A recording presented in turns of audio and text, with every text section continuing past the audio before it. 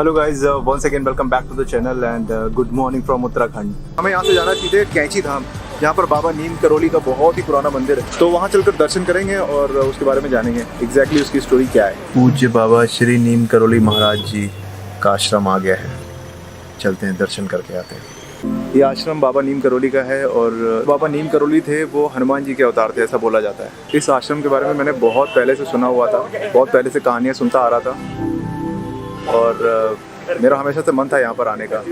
ऐसा बोलते हैं कि यहाँ पर अगर आप आते हैं तो एक अलग ही एनर्जी, एक अलग ही वाइब्स आपको मिलती हैं और वो चीज़ मुझे यहाँ पर आकर महसूस हो रही है। सबसे पहले तो मैं आपको बता दूं कि मैं यहाँ पर किसी तरह का कोई आडंबर या फिर किसी अंधविश्वास को बढ़ावा देने नहीं आया हूँ।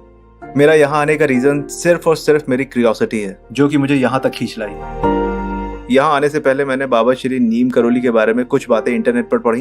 एक युवा साधु बचपन में ही अपना घर परिवार छोड़कर हाथ में चिमटा और कमंडल लिए अपने गांव नीम करोली, जिला फर्रुखाबाद, उत्तर प्रदेश से मन में बिना कोई चाह लिए सिर्फ राम नाम जपते हुए तप करने निकले और अपनी इसी सादगी को बरकरार रखते हुए ये बाबा लक्ष्मण दास से बाबा श्री नीम करोली महाराज बने। मैंने पहली बार ऐसे किसी बाबा के बारे में सुना है जो सिर्फ और सिर्फ अपनी सादगी से ही लोगों को आकर्षित कर लेते थे।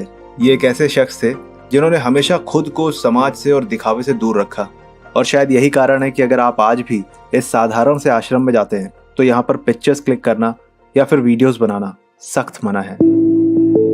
इस आश्रम के अंदर 3 मंदिर हैं, एक बजरंगबली हनुमान जी का, दूसरा देवी माँ का और तीसरा नीम करोली बाबा का। 11 सितंबर 1973 जब वृंदावन में बाबा जी की मृत्यु हुई, या फिर यूं कहें कि उन्होंने अपने शरीर को छोड़कर समाधि ली, तो उसके बाद उनकी अस्थियों को यहाँ पर लाया गया और यहाँ पर उनकी एक मूर्ति बनाकर उन अस्थियों को यहाँ पर रखा गया। उनकी अस्थियों को यहाँ लाकर रखने का सबसे बड़ा कारण ये था कि उनका इस जगह से, कैंची धाम से सबसे ज्यादा लगाव था। उन्होंने अपने जीवन का सबसे ज्यादा समय कैंची धाम में ही बिताया था और ये उनकी आखिरी इच्छा थी कि उनकी अस्थियां यहाँ लाकर रखी जाएं। 15 जून 1964 में बाबा जी ने इस धाम और यहाँ पर बने मंदिरों की स्थापना की और तब से लेकर आज तक हर 15 जून को यहाँ पर बहुत बड़ा भंडारा भी होता है, जिसमें सिर्फ कुमाऊं उत्तराखंड से ही नहीं बल्कि पूरे भारत से लोग यहाँ पर आते हैं। लेकिन कहते हैं कि बाबा जी की स्पिरिचुअल पावर इतनी ज्यादा थी, या फिर यूं कहें कि उनके चमत्कारों की जो शक्तियां थी वो इतनी ज्यादा थी, जिस वजह से यहाँ के गांव वाले या फिर देश विदेश से आने वाले लोग इनसे प्रभावित हो जाते थे।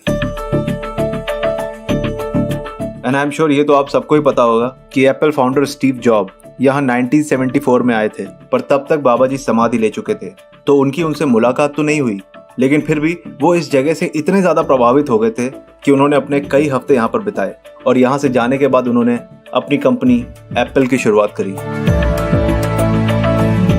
और उन्होंने इस बात का जिक्र कई जगहों पर किया कि वो कैंची धाम आए थे और उन्होंने यहाँ पर काफी समय बिताया और यहाँ पर उनका स्पिरिचुअल एक्सपीरियंस बहुत ही शानदार रहा।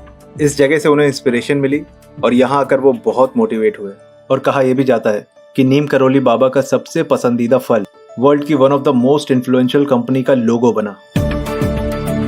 और उसके बाद उन्होंने फेसबुक फाउंडर मार्क जुकरबर्ग को भी यहाँ आने की सलाह दी। यहाँ तक कि हॉलीवुड एक्ट्रेस जूलिया रॉबर्ट्स, जिन्होंने सिर्फ बाबा की तस्वीर देखी और हिंदुइज्म को पढ़ना शुरू कर दिया।